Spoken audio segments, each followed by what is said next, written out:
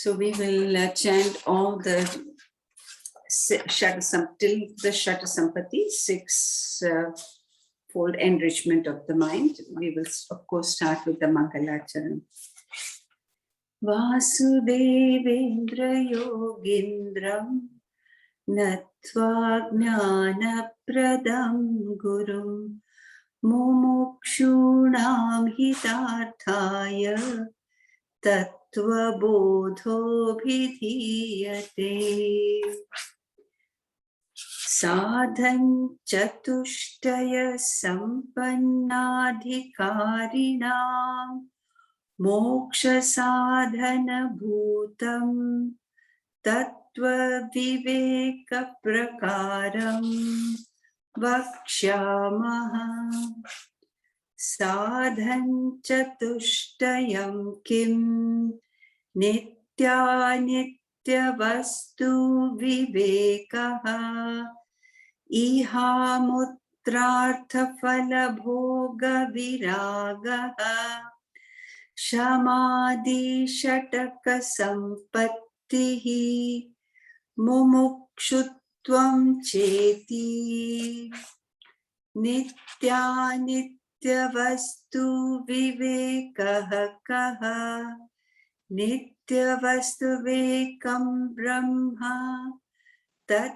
Vyatiriktam Sarvam Anityam Ayameva Nitya Nitya Vastu Vivekaha Viragaha Kaha Iha Swarga Bhogeshu Ichcha Rahityam Shamadhi Sadhana Sampattihi Ka Shamodama Uparati Stitiksha Shraddha Samadhanam Cha Iti Shamaha Kaha Mano Nigraha Damaha Kaha Chakshurati Bahyendriya Nigraha Uparamaha Kaha Swadharmanushtanameva Titikshaka Shitoshna Sukha Dukkhadi Sahishnutvam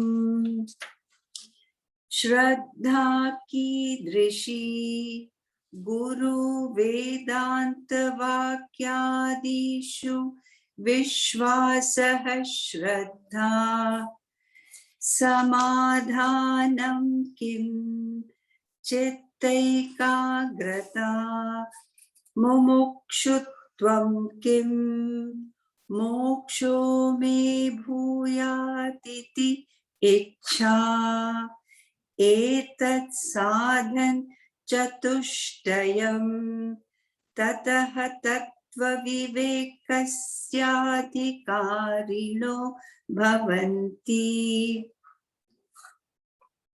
Last week, we entered into the sixfold enrichment of the mind, which is the sixfold wealth.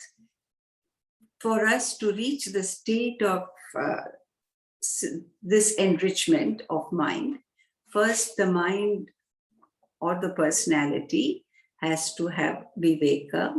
Viveka is the faculty of discrimination, of sharp discrimination between the real and the unreal. And we had also spoken about it in detail and understood the idea. With Vivek, Vivek in action is Viraga. All that we see that does not keep us on the path, or that which is not real, that which is real, we hold on to, that which is unreal is dropped. So we spread the wings of Viveka and Vairagya, and we take a flight towards the goal, which is the absolute truth. But once Viveka and Vairagya come, the mind is enriched with the sixfold wealth. So what is the sixfold wealth? It is Shama, Dama, Uparama, Titiksha, Shraddha, Samadhan, and Mumukshutva. So what is Shama? Shama, he said, is the control of mind. The mind has a tendency to be distracted. The thoughts keep coming in the mind of various things, and it will distract us and disturb us. So when we are able to prevent this disturbance that comes from within the mind is controlled. That is Shama. So what is controlled is we had said there are three aspects of our thoughts that are controlled: the quality of thoughts, quantity of thoughts, and the direction of thoughts. Even if the quality of thoughts are good, the quantity is reduced. But if the direction is wrong, not any one of these can be compromised. We may have the right direction of the thoughts, but if the quality is too much, we won't have the stability to think with clarity. Too many thoughts going through the mind, rushing one after the other, one after the other. So quantity has to be reduced. And also the quality of thoughts. All three of these are extremely important. And that when we have mastery over all three, the mind is fully controlled. That is the enrichment of Dhamma, of controlled mind. That is the wealth that we get. There are two sources of disturbances for the mind. One is, of course, from within itself, but the other is through senses.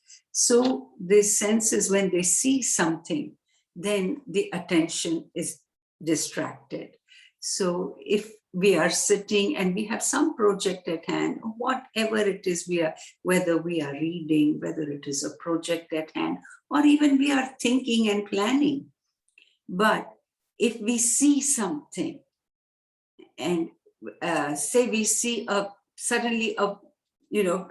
we may have our cell phones there and there's somebody who sends us a picture with a beautiful island with palm trees, and then we say, oh, next holiday, where is this?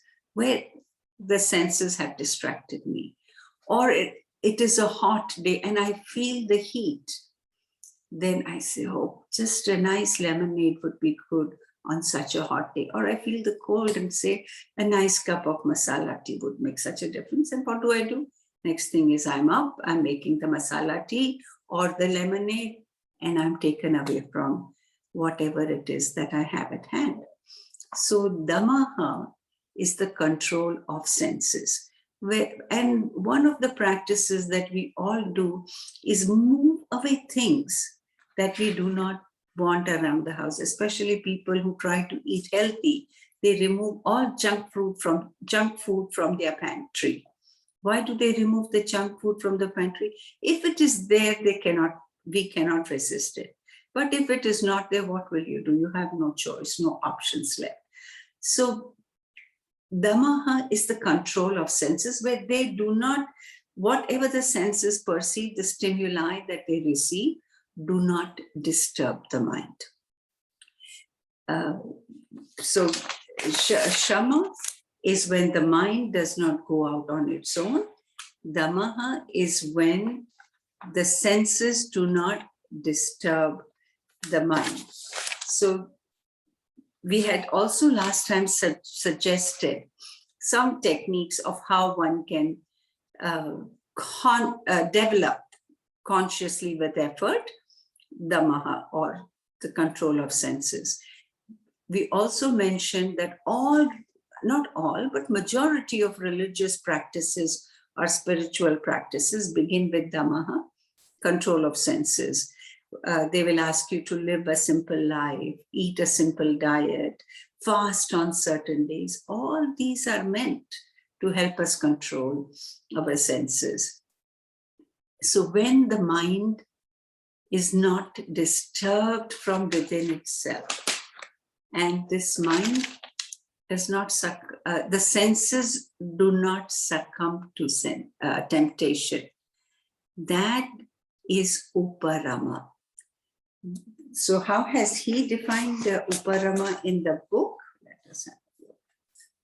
The Swadharmanushtanameva, which is strict observance of one's dharma or one's duty.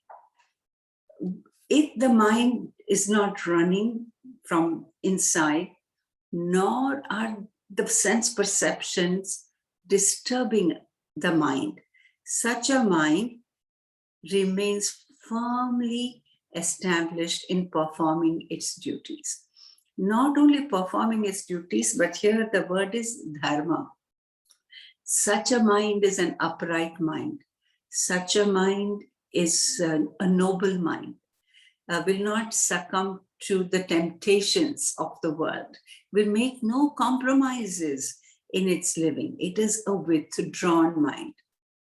Such a mind has overcome all its, the word that we use in Sanskrit is raga and dvesha, likes and dislikes, and it performs all its duties without compromise. So how do we know what is my duty? Duties come to us according to our stage of life, where we are placed in life. The duty of a teacher is to teach. What happens these days, sometimes teachers don't focus on teaching. They think about, if I open so many classes, I will make more money.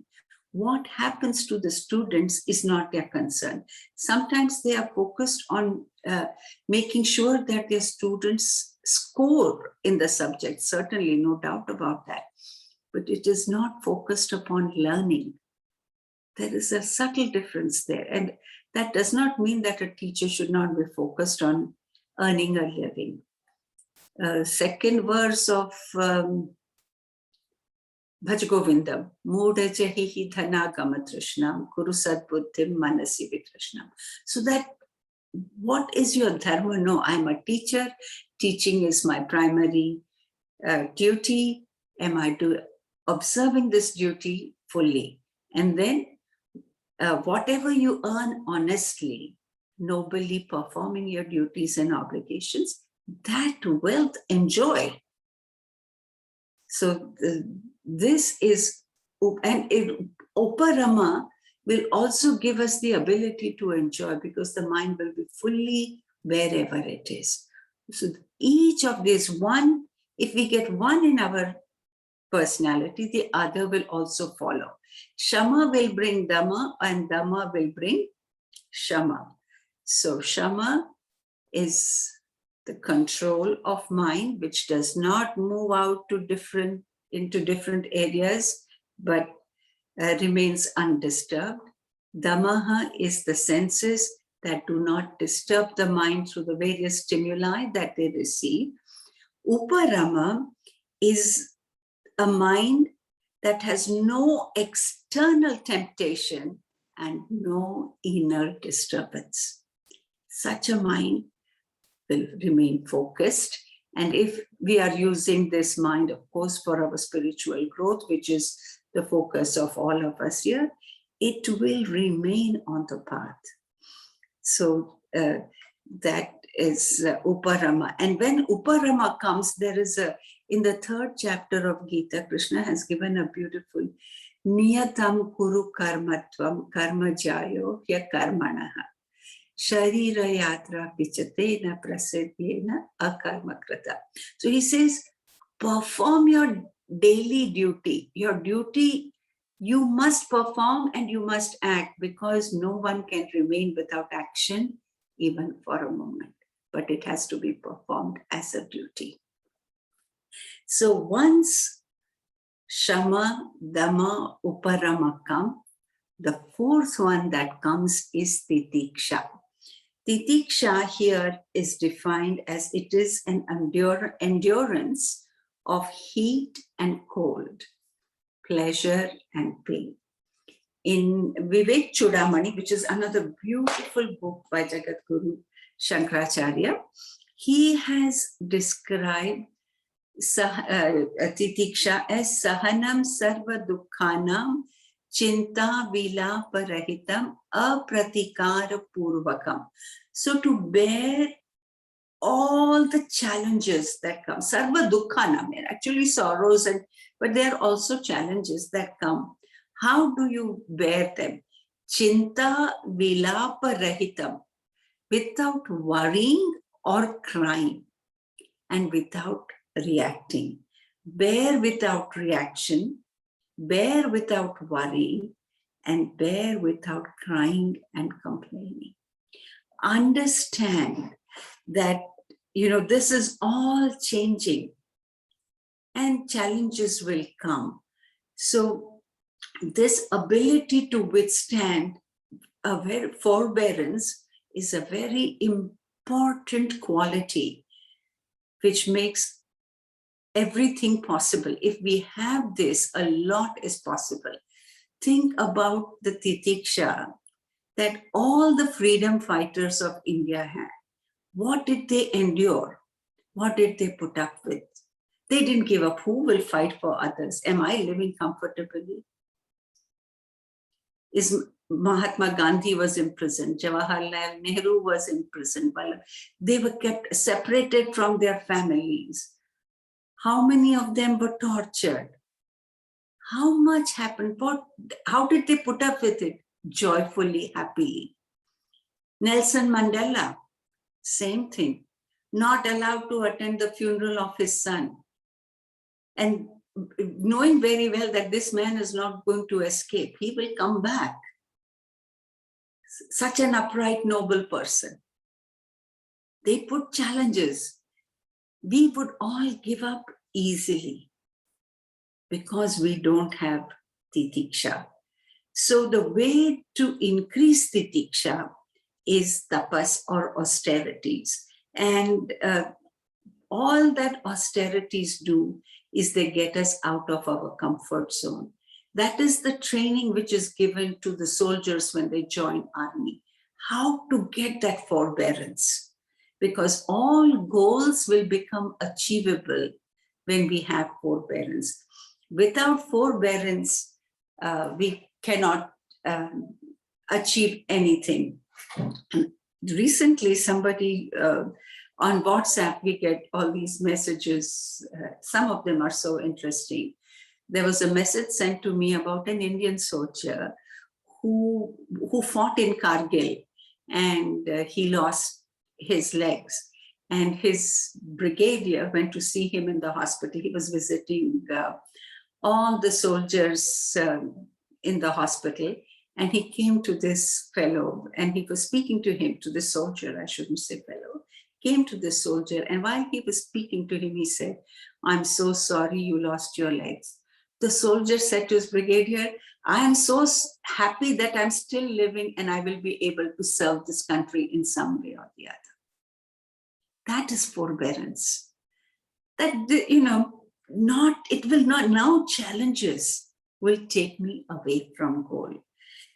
So how can we bring this into our lives?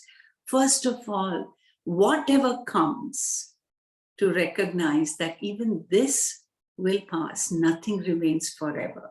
So if a challenge has come, this challenge will pass through. Second is to live cheerfully. I think I have mentioned this, and this, of course, I have gotten from many of the Swamijis in Chinmay Mission talk about this life of wow. So every moment in your life should be wow, which is with or without, we live cheerfully. Every moment, that is what it should be. What I have, wonderful. What I don't have, how wonderful, I can still be happy. So, and when things come, when challenges come, let it not be why me. I am such a good person and all the challenges come to me. Look at all the others. They are such people who should have challenges and they are living so well. Don't worry about what is happening to others. just don't take it personally as whining. And when it comes, take it as a prasad, as coming from divine. When you take it as prasad, what is the prasad that we get? That which was naivedyam, that which was offered to the Lord, is coming back to me as prasad, as a blessing that brings peace. Now, how can I accept the challenges that come to me as prasad? But for me also, that maybe this is what the Lord wants. This is how He will keep me on the path. It has come from you, and I accept this with great reverence. Count our blessings is another thing we can do. How much we have, but we are so focused on what is missing that we fail to see what we have. And a most important thing, as I was talking in Prasada Buddhi, is to know that what we are receiving in life is coming to us from our own karmas. We keep our focus of karmas very limited to this life, but it comes to us, and we will see, he will talk about it in the latter portion of this book about karma. We keep thinking life is not fair, life is unfair. But what comes to us only because of what we have done. So, but this is it should not make us dejected and depressed. Actually, it is very empowering, because what I do now will come to me in the future. And that I have control over, that I have mastered. If I perform with mastery, that will change things for me. So to accept whatever comes our way and to handle it with maturity, good, bad, indifferent, life will bring everything. To handle all of them with maturity is titiksha, to put up with that. This quality, this trait, this attribute is a very, not one which is more important than the other. And if one, we don't have to start working with uparama. Oh, I have uparama now, my mind is controlled. Now next I have to work on damaha. No, work on one, the others will follow. It will enrich your mind. One after the other will start coming. So shamaha, control of the mind. Damaha, control of the senses. Uparama is a fully controlled mind, which does not have disturbances within and does not succumb to temptations without. And titiksha is forbearance, one that who can put up with any number of challenges. Anything that comes their way. So shama, dama, uparama, titiksha. And now comes shraddha. Shraddha is faith, and one with which we can have a lot of questions about shraddha. So what is shraddha? Here I think he has defined it as Guru Vedanta Vakyeshu Vishwasaha Shraddha. So Vishwasa is belief, and Shraddha he has said as faith. Belief in the teachings of the Guru and of Vedanta. But before we go into what is the Guru teaching and what is taught in Vedanta, let us try to appreciate this idea of Shraddha. When we interact with the world, there are three aspects that come in our interactions. One is facts. What is tangible, what is known to our senses. The second is belief. This belief may or may not be based on reason, may not be based on experience, but I believe. Like many people who believe in God. Why do you believe in God? No, I believe. They cannot tell you What is their logic or reasoning? My parents told me that there is God and that God will give me everything.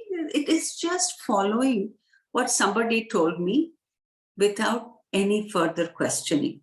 So belief may be about things that are tangible. It may be things about intangible. What is faith then? Faith is what is required, first of all, for intangibles. We do not see that, and we cannot function in life without faith. It is required in all realms of life, but in spirituality especially. We all have faith in rotation and revolution of the earth. Have any of us experienced the rotation and revolution? We have experienced its effects day and night. That is because of the rotation of earth. Seasons because of revolution of earth. But it is not a personal experience of rotation and revolution. We all believe, or do we have faith in the existence of an atom? Do we even question it? It is not an experience. It is not. How many of us have seen an atom? How many of us have seen the electrons, the protons, the neutrons?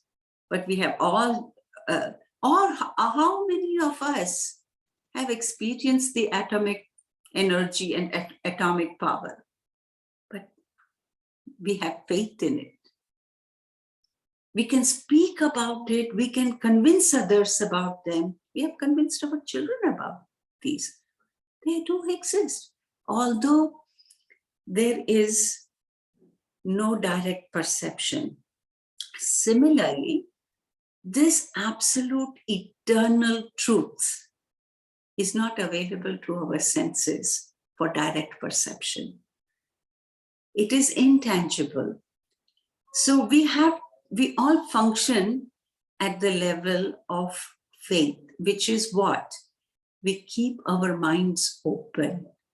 We keep our minds open till we are convinced of its existence or otherwise. But till then, we have no assumptions, no presumptions, but an open-minded inquiry. But for this open-minded inquiry, what is required? Some means of knowledge. The means of knowledge should be valid as well. So what are the valid means of knowledge? First of all, it is a teacher. So faith, if I do not have faith in my teacher, then I will never learn. A lot of people, Swamiji used to say, that they come to the lectures to see how much I know, not to learn from me. Some of them come, listen to the lectures, then come to me to show me how much they know, not to learn. And there are just a handful who really come to learn. So first of all, to have faith in the teacher, and it does not mean that the teacher should not be questioned, but the questioning is not to see how much the teacher knows, but to clarify my own inquiry and keep me on the path. The doubts that I may have, they do need to be clarified and questions must be asked. You can see the Srimad Bhagavad Gita is in the form of a dialogue between Lord Krishna and Arjuna. So to develop faith, there must be a questioning. The Guru is the one who will guide us. I was just looking at the time. So I will just explain one beautiful verse that we all chant about Guru. Guru Brahma, Guru Vishnu, Guru Devo Maheshwaraha, Guru Sakshat Parabrahma, Tasmai Shri Gurave Namaha. So as Brahma, the creator, the Guru creates the spark in my bosom for the spiritual seeking. Till then, that spark is not there within us. So that is my Guru who instills this quest and creates this search in me. He's the creator of the search. Not only just creates the search, but as Vishnu, he sustains that search so that I continue to stay on the path. He sustains it. And as Maheshwara, as Shiva, he destroys all my wrong notions, all my ignorance. That is my Guru. And to me, and where is that Guru? I have a Guru outside, certainly, and we'll talk more about it in the next class. But that Guru is also in my bosom.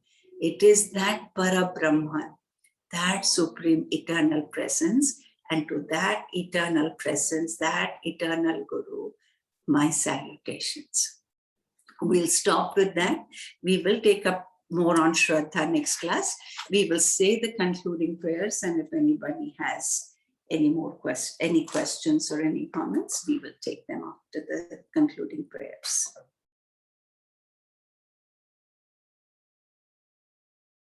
Oh.